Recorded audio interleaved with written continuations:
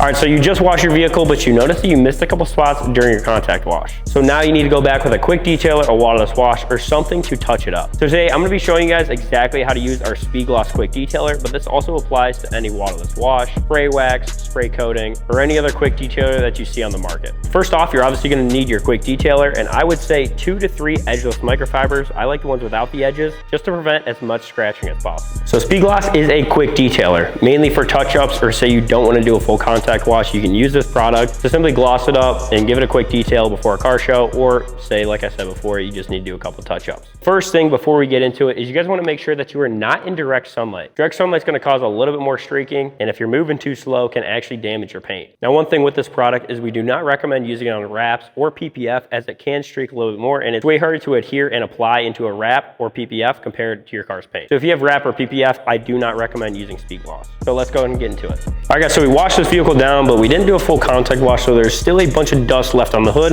and this is a perfect time to use our Speed Gloss quick detailer. Now today, I do only have 3 microfibers, so if you do decide to do your whole vehicle, I will say you might need a couple more. But today we're just doing a square spot test, and this stuff is super easy to apply. If you're doing a massive panel and you know how to use the product, you're obviously able to spray it on straight onto the paint. But for today's application, I'm gonna be spraying it straight on the microfiber so I can keep it in a confined space and leave no overspray. Just a couple sprays onto a microfiber till it's slightly damp, and then simply buff it into the car's paint.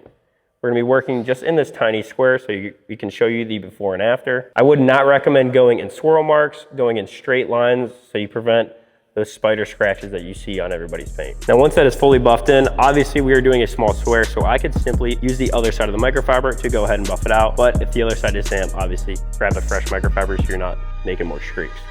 Flip the microfiber over and then simply buff it out, and you can already feel how much glossier and how much softer the paint actually is just from the Speed Gloss application. So again, when you are buffing in and buffing out, always go in straight lines, as I said before, to prevent any scratching and swirl marks made on your paint. So now that that is applied, it was a super easy application. Onto the microfiber, buff it in, buff it out, and now we're gonna remove the tape and show you the result. And there is a clear, definitive line of where we applied the Speed Gloss and how glossy that actually is, to where there is still a bunch of dust, as you can literally see my finger marks coming from the dust. So whether you came to this video because you bought our actual Speed Gloss, or you're just curious how to properly use a quick detailer, I appreciate you guys taking the time to tune in this video, and I hope it helps the next time you guys go to use our Blackline Speed Gloss or any other quick detailer on the market. And also, if you are curious about our Blackline Speed Gloss, it is on sale on blacklinecarcare.com. You can go check that out all week long. If you want to wait a little bit, we are also running a massive 4th of July sale on the website as well, so stay tuned in for that.